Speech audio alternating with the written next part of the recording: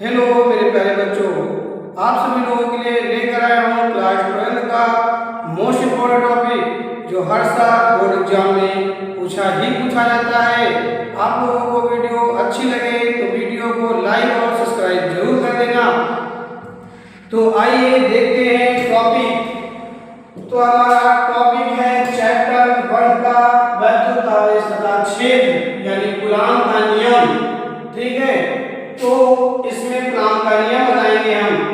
तो कूलाम का नियम क्या होता है? दो स्थिर बिंदु आवेश के बीच लगने वाला बल, ठीक है, लगने वाला आकर्षण अथवा प्रतिकर्षण बल आवेशों के गुणनफल के अनुक्रमानुपाती तथा उनके बीच की दूरी के वर्ग के व्युत्क्रमानुपाती होता है।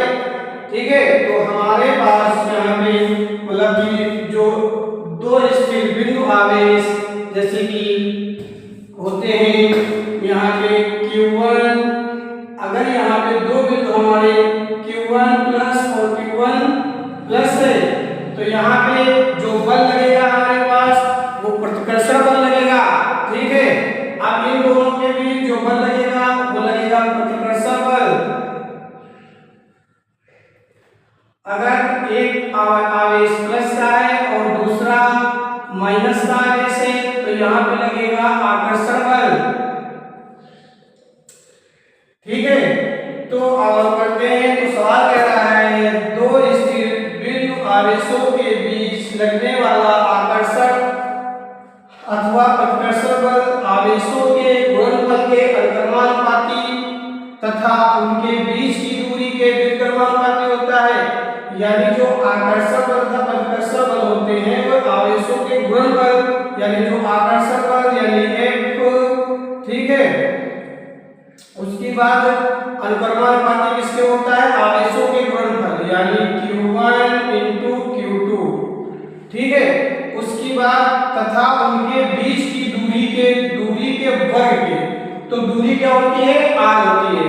ठीक है, दूरी के, अब यहाँ पे प्रतिकर्षण बल के व्युत्क्रमानुपाती यानी दूरी के वर्ग के व्युत्क्रमानुपाती, दूरी R होती है तो उसके वर्ग के व्युत्क्रमानुपाती, मतलब दूरी R का वर्ग और व्युत्क्रमानुपाती, ठीक है, होता है। तो इसको हम क्या करते हैं? समीकरण नंबर 1 मान लेंगे और इसको समीकरण 2। ठीक है, तो अब यहां पर क्या करेंगे? समीकरण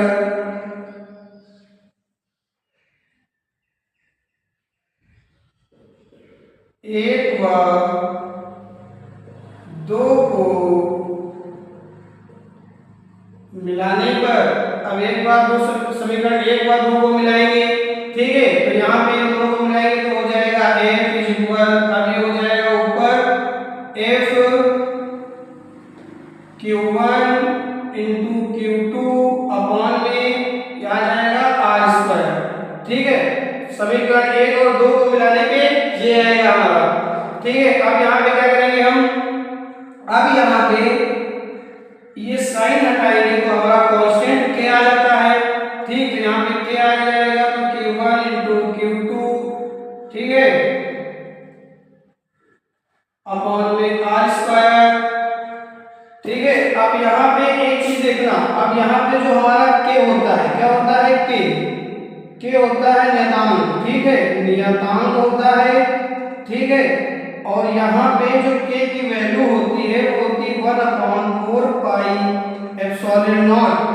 तो यहाँ पे हम क्या कर देंगे? K की वैल्यू पुट कर देंगे, तो जो K की वैल्यू हो जाएगी वो हो जाएगी F इज इक्वल, ठीक है, K की वैल्यू हो जाएगी 1/4 pi epsilon not into Q1 into Q2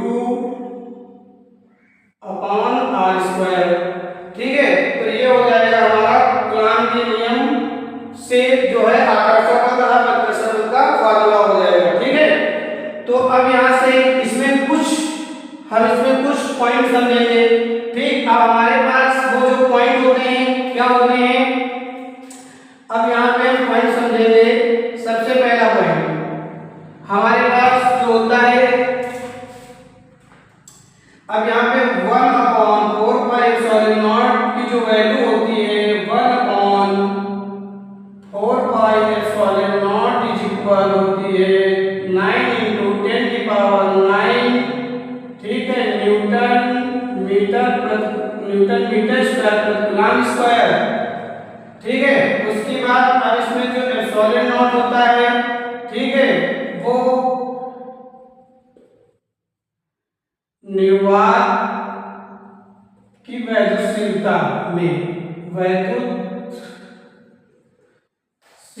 में जो इसकी वैल्यू हो जाती है, ठीक है, वो हो जाएगी 8.85 इंटू 10 की पावर -12 कूलम प्रति न्यूटन मीटर स्क्वायर, ठीक है। तो अब यहाँ पे एप्सिलॉन नॉट का हम जो है विमेय सूत्र बताएंगे। तो यहाँ पे क्या लिखेगा, विमेय सूत्र।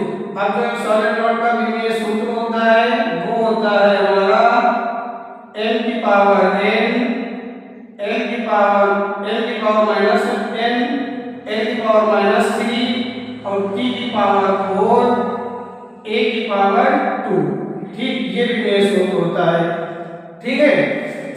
तो अगर एग्जाम बोर्ड में हमारा कूलम का नियम आएगा तो आप लोगों को ऐसे ही करना है।